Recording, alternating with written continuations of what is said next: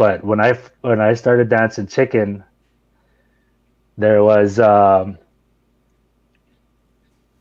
was Mm-hmm. only specials. There wasn't no category.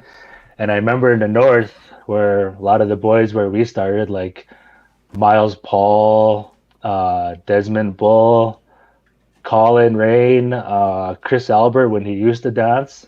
I he was Mm-hmm. pretty good too. And even Nelson Baker, a lot of us in the north there.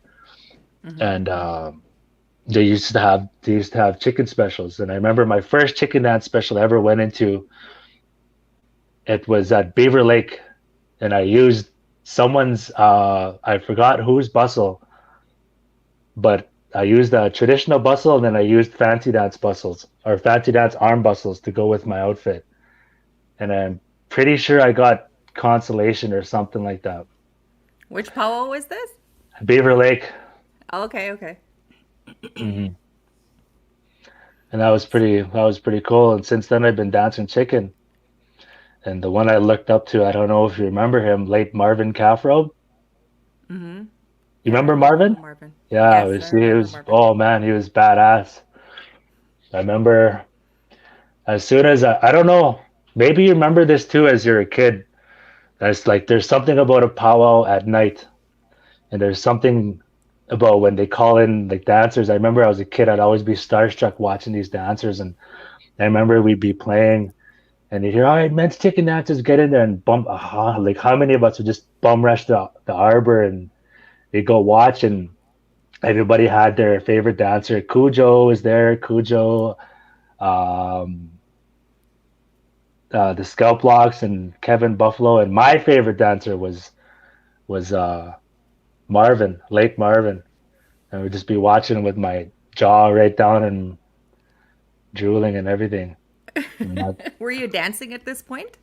no, I was just starting out. I was dancing grass, but I was too shy. I was way too shy. I'd stop. I remember back in the day they used to give shakes for grass. As soon as that would come up, I would just bail. And then yeah, I just started that's where I started dancing chicken was in Beaver Lake. When And it's did you been start pretty taking the power trail seriously? I get kind of deep. You okay if I get right into it? Like you're Oh, just go for it, man. okay, all right. Okay, when I started like I had a really rough childhood. Very rough. And that's a part of myself that I never really talked about until I didn't open up about it till about last year. Last year was when I Mm-hmm. really started talking about it. So I didn't really care for dancing for a long time, and uh when I was in school I was like really, really bad. I started selling drugs at a young age. I started fighting lots and skipping school, and I used to get beat up lots and whatnot. And finally, when I was younger, I started taking kickboxing lessons and stuff like that, and like my balance, and then I got in shape. And when I started taking chicken dancing seriously was when I took first place at Alexis Powell. I remember that. That was the first time I ever, yeah, ever placed in teens was Mm-hmm. first place. That's when Desmond Bull and Lake Kirby Whitstone. I don't know if you remember him. They were all in it, and um, I forgot who took second. It was yeah. Oh no, it was I think it was Miles, and I thought it was gonna be Desmond. And it's nothing against Desmond if he's listening to us. I'm not sitting there rubbing in his face. I don't know if he remembers this, but I remember I was sitting there with my late uncle Stuart, and they said they're all right on your first place champion. And I looked at my mom and my uncle and I said, "Okay, like I'm not in this. Like clearly I'm not gonna win." And so we started walking out, and they're like, "And you're first place champion from Goodfish Lake, Alberta." My eyes just lit up, and everything went like I just ran out the window, and I just ran. I didn't say nothing. I just ran, and that Uh-huh. from then on, that's when I first started taking my chicken dancing career. Well, career, yeah. So my power dancing a little bit more seriously, right? Yeah. But that's where the whole spirit of competition comes into play. Like it, Mm-hmm. I feel I'm pretty sure for you as being a power dancer, and a lot of people a lot of other power dancers feel like, a lot of us, we did take it for granted. Mm-hmm. I think I can speak for everybody in the power trail saying we did take it for granted because now a lot of us are sitting there wishing we could be around each other. I know for a fact, I know even come summertime, everything like there's no powwows. Every time all the winter powwows that always come up, everybody would head on to Saskatoon or PA. But I think I got a little bit too competitive, not gonna lie. Within the past couple of years though, I'm just happy to get out there Mm-hmm. with the boys. I'm always happy to get out there with the boys now. A little bit So, more Todd, grateful. as this is addressing the holistic health of the man, and I understand that when people think of the mental health, they kind of bring in the mnemonic device of the medicine wheel, and we're noticing that our men are hurting right now in the area of mental health. So, can you tell us a little bit about your journey? Oh man. All right. Okay. Well, I don't know how much men have ever come out. I know, like, especially with Western society, where a lot of men were taught not to feel, I guess you can say. And Mm-hmm. as a child, that affects you very much, right? And I've seen a lot of these guys, they get older. Some of them don't crack, some of them just stay hollow their whole lives. But for me, I was a tin man for such a long time. And then when I started going into university, that's when everything started cracking. For a long time, I'm gonna get deep. You okay if I get deep? Eh, Yes. Okay, all right. I'm gonna tell you guys everything. So I had a problem with substance abuse. I become addicted to a lot of things, and a lot of it was numbing my pain, numbing my trauma as a child. Because I went through a lot of things that a lot of men don't talk about. I went through sexual abuse, physical abuse, being neglected, abandoned. I went through a lot of things, and it took me a long time to finally, reach out and say, I need help. I want help. I'm tired of being like this because hiding all this stuff, it had me feeling really angry and like deep down on the inside, and then like subconsciously do things to hurt people because I was hurt at such a young age, right? Mm-hmm. So it took me to have a therapist, not only that, but just open up about it and being able to talk about it because I went through some pretty rough patches. Mm-hmm. I got diagnosed with depression and like anxiety, like really bad, right? So Mm-hmm. the thing is that the thing that's been helping me with that, especially with this pandemic, not only like I think the pandemic spiked a lot of things, but with me, it was just being able to talk about it, open up, admitting that yes, I am a man, and yes, I need help. Yes, I want to open up about my pain and my trauma. We're Mm-hmm. taught as men, like I'm pretty sure you've already known or you've seen it, as men, a lot of us are taught not to have emotions. Mm-hmm. But for me, I can honestly thank my mother for telling me I forgot how old I was, but I remember her telling me, she's saying that it takes a man to cry. And that come from my late Muslim, Mm-hmm. Jules, Stacy. So, I kind of learned how to do that. Kind of even learning crying was how to like a journey for itself, Mm-hmm. right? Learning how to cry. And now I'm a big baby. I cry almost every day. So it's whatever. It's going better in a sense, but I think I can speak for a lot of people that this pandemic really hit me hard. Mm-hmm. Really hit me hard. Very. Oh my gosh, it's true what they say. It's gonna get worse before it gets better, and that's for damn sure with me. And like I went through some pretty severe things, and not only that, it was just like things that kind of just snowballed into something. Then I just cracked, Mm-hmm. cracked. Everything just hit me all at once, and it was really hard. I went through a lot of things. Contemplated suicide. I know it's a lot of hard. It's hard for a lot of men to admit that, but I did. And I'm not scared to talk about my pain or trauma anymore. So, but I can say right now that it's not over. I know it's not over because every day is a battle. Like Mm-hmm. it's just how you choose to fight those battles that count, right? And the Mm-hmm. name number one person is doing it for yourself, and that's exactly what I had to do. I had to learn how to be selfish, you know, Right. cutting people out of my life and whatnot, and putting myself in a better environment and an environment that I can succeed in, if that makes Mm-hmm. sense. You know what I mean? Yeah. Yeah, Hmm. it does. It does. So that takes us to the last 3 minutes of your podcast for today. Inspiration. So, what inspired you to make that turn?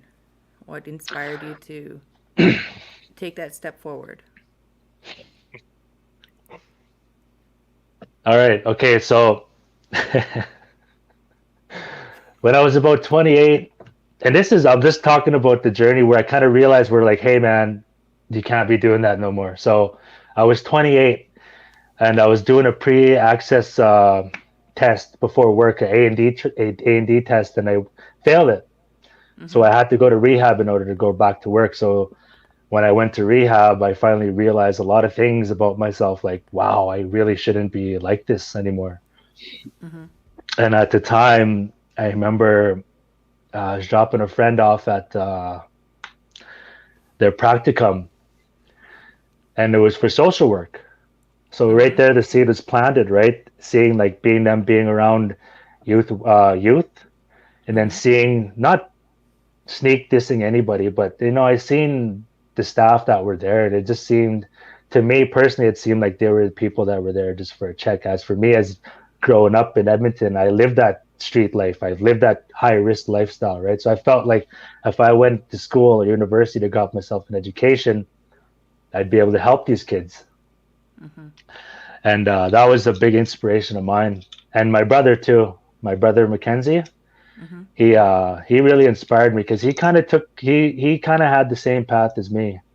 We both come from a background of addictions and almost succumbing to our addictions, and he made a big turn in his life. He's got his diploma or degree in social work, and he's got his degree in psychology, Mm-hmm. and he's doing a lot of big things. So that inspired me a lot, and putting myself in an environment with people that have done that, got educated, flipped their lives around. Not saying that anybody who's not on that path is bad, because I've definitely been on that path, man.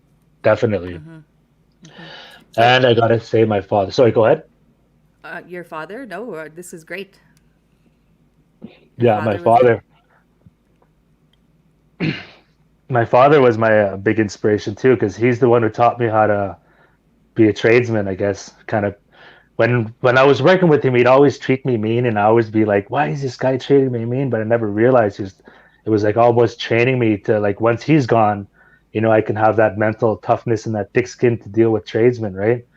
I'm Mm-hmm. pretty sure you realize some tradesmen, we can have some dirty potty mouths there and kind of be we're awful to each other. So my dad was a big inspiration. Plus, too, my dad and my mother dealing with me and my crazy brother and all our antics growing up. They cracked, but it wasn't like anything crazy. So if they can deal with us, I'm pretty sure those are pretty good people to look up to.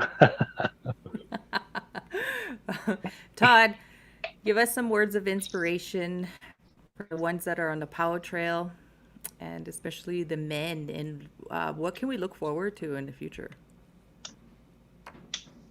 Right now, I think what's happening right now is a time for us to rethink, just put our lives on the table and think what we have to do to be better.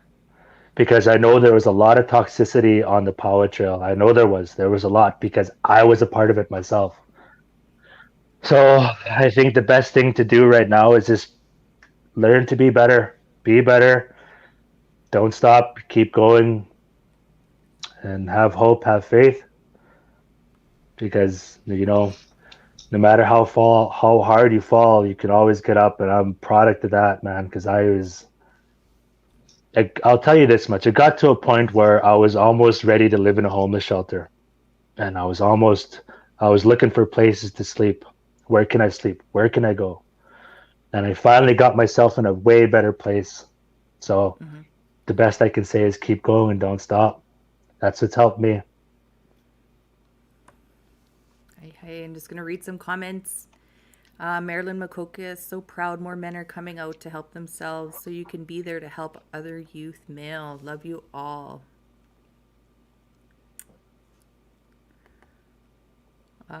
Clayton, he says he has a reserved area behind the blue curtains at City Small Center. That Clayton.